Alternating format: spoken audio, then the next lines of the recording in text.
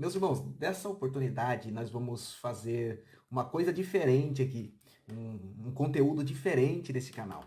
Eu sei que os irmãos aí são todos crentes, alguns pode ser que não sejam crentes, mas a minha fala hoje vai se dirigir, pastoralmente falando, vamos dizer assim, para aqueles irmãos que acabaram de se converter a Cristo, aqueles que se achegaram à fé agora. Então, para você que é novo convertido, eu tenho uma pequena palavra pastoral, uma pequena meditação com você, especialmente com você nesta oportunidade. Isso não quer dizer que aqueles irmãos mais antigos também não possam assistir, né? Muito pelo contrário, assistam e indique para alguém que você saiba que acabou de aceitar Jesus, acabou de começar a seguir a fé conosco. Antes, porém, como é de praxe, nós vamos para a nossa vinhetinha e são 10 segundinhos apenas. Dá tempo de você se inscrever no canal, se não é inscrito, deixar o seu like e nós voltamos já.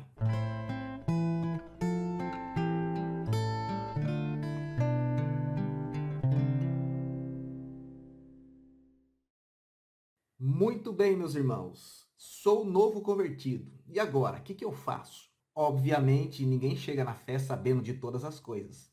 A salvação, ela se dá pela fé, nós sabemos, né? É do conhecimento de todos, que é uma obra graciosa do nosso Senhor Jesus Cristo. E não precisa um conhecimento teórico para isso. Basta ter o conhecimento de Deus, conhecimento acerca de si mesmo, né? Pedir a ajuda de Deus para ser salvo.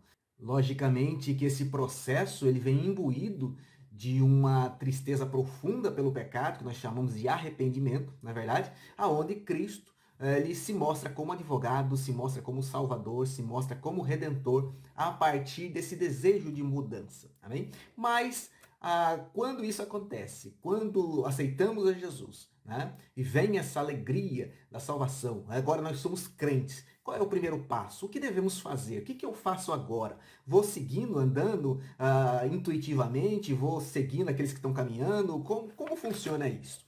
Bom, vou deixar aqui para vocês, então, pelo menos 5 conselhos que eu julgo fundamental, elementar, para você que está começando na fé agora. Amém? O primeiro deles é: se alegre o máximo que você puder. Curta um momento ao máximo que você puder, nessa nova condição que você está. Irmãos, a morte de Jesus, o processo de salvação é algo fantástico, é algo que mexe, né, tanto com o mundo invisível quanto com o mundo visível. Então, nesse aspecto, converter-se a Cristo, se você genuinamente se entregou a Cristo, se você sentiu realmente o toque do Espírito Santo fazendo morada, mudando sua forma de ser, a sua forma de sentir, trazendo alegria ao invés de uma antiga vida triste, resoluta e até mesmo com falta de algo que você vivia antes, nessa nova condição, a alegria do Espírito, a esperança, a comunhão, a paz com Deus deverá ter enchido o seu coração. Se isso aconteceu de fato, curta este momento com todas as forças que você puder empenhar nisso.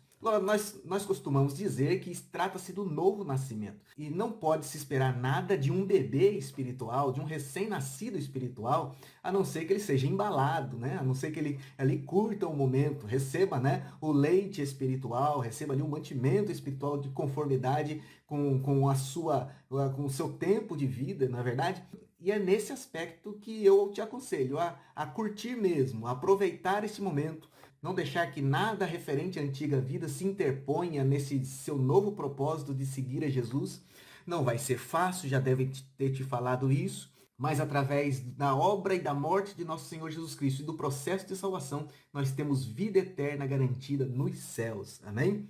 Pastor, e como eu aproveito isso? Né? Buscando crescer na graça e no conhecimento de nosso Senhor Jesus Cristo. Logicamente que esse conhecimento aqui, irmãos, nesta fase, não se refere necessariamente a um conhecimento teológico, um conhecimento intelectual, nada disso. É um conhecimento relacional, amém? Crescer na graça e no conhecimento de Jesus Cristo é um conhecimento espiritual, um conhecimento com base na intimidade. O que nos leva ao segundo conselho, que é o seguinte: já que você está aproveitando essa alegria de ser crente, né, a alegria de estar seguindo a Jesus, frequente uma igreja. Amém? Não, meu irmão, não. Não acredite naquelas pessoas que dizem que é possível ser crente em casa. Isso não existe, não é bíblico, além de ser antibíblico, herético, que aí dá uma ênfase, né, nesse antibiblicismo, né,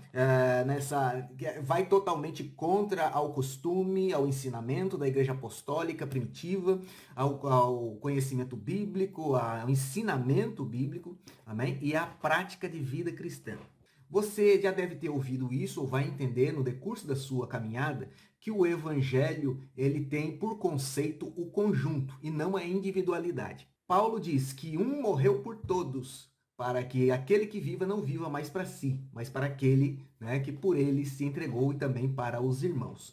João 3,16 fala que Jesus morreu para que todo aquele que nele crê tenha vida eterna. E 1 João 3,16 vai nos dizer que assim como Cristo deu sua vida por nós, nós devemos também dar a nossa vida pelos nossos irmãos, amém? Não é dar a vida por si próprio, não é dar a vida por uma causa escusa ou uma causa particular, e sim uma causa conjunta. O evangelho é um evangelho conjunto. As pessoas vão dizer assim, a igreja representa um sistema, e o sistema não é o evangelho. Obviamente que não.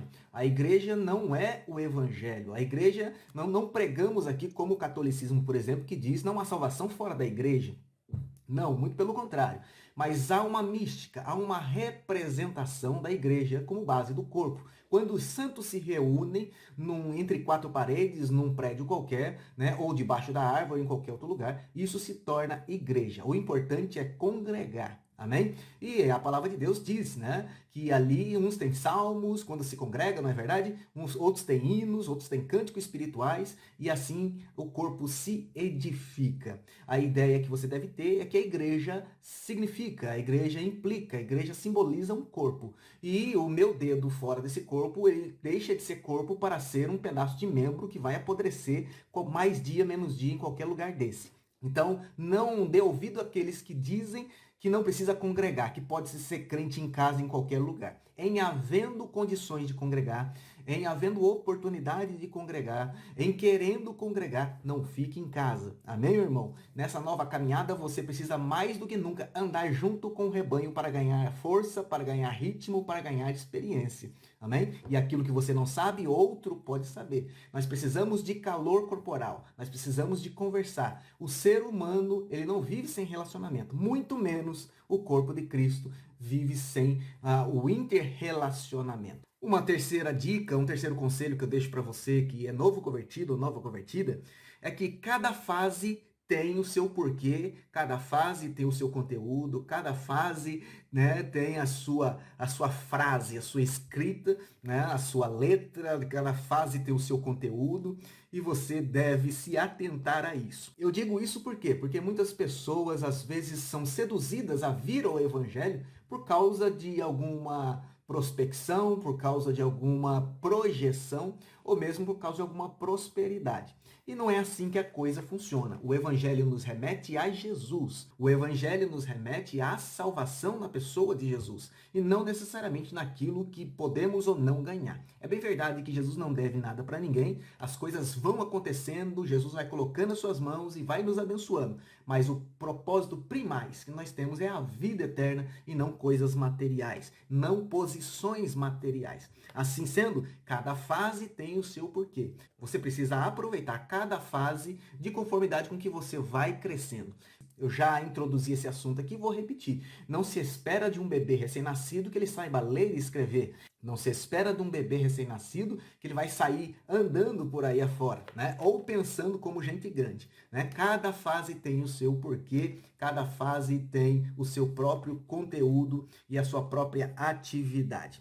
É bem verdade, né, que a igreja é um grupo, como eu disse no tópico passado, mas a salvação é individual. Você não pode olhar pessoas que estão lá na frente e querer correr igual a elas. Cada um tem a sua toada, cada um tem o seu ritmo. A carreira da fé, eu já deixo esse conselho adicional para você aqui. A carreira da fé não é velocidade como o Usain Bolt, né? A carreira da fé é maratona, como os quenianos ali na São Silvestre, né? Então tem que correr devagar e sempre, né? A distância é muito grande. Quantos começaram na velocidade e hoje não terminaram? Olharam para as fraquezas, olharam para o presente século e acabaram desistindo.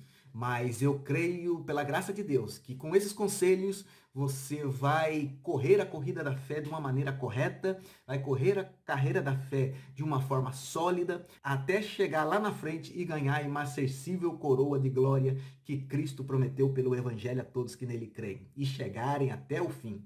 Dessa forma, jamais permita que as pessoas pulem etapas com você. Jamais se permita olhar à frente da sua visão e pular alguma etapa. Porque essas etapas na carreira da fé são que vão solidificar você quando Deus te levantar, quando Deus começar a te usar.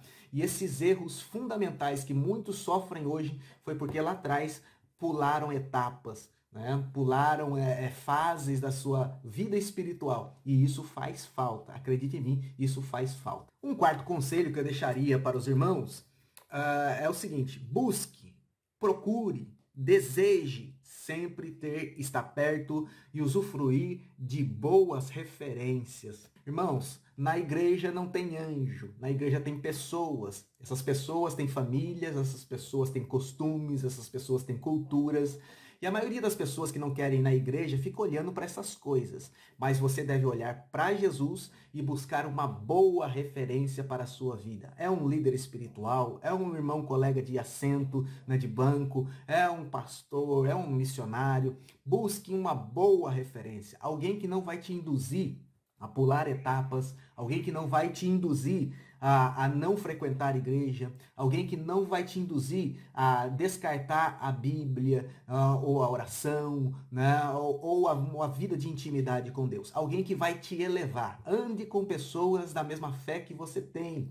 Ande pessoas com um sorriso no rosto. Ande com pessoas que vão te ajudar em momentos de necessidade. E não aquelas que você, já novo na fé, vai ter que arrastar pelo caminho. Não.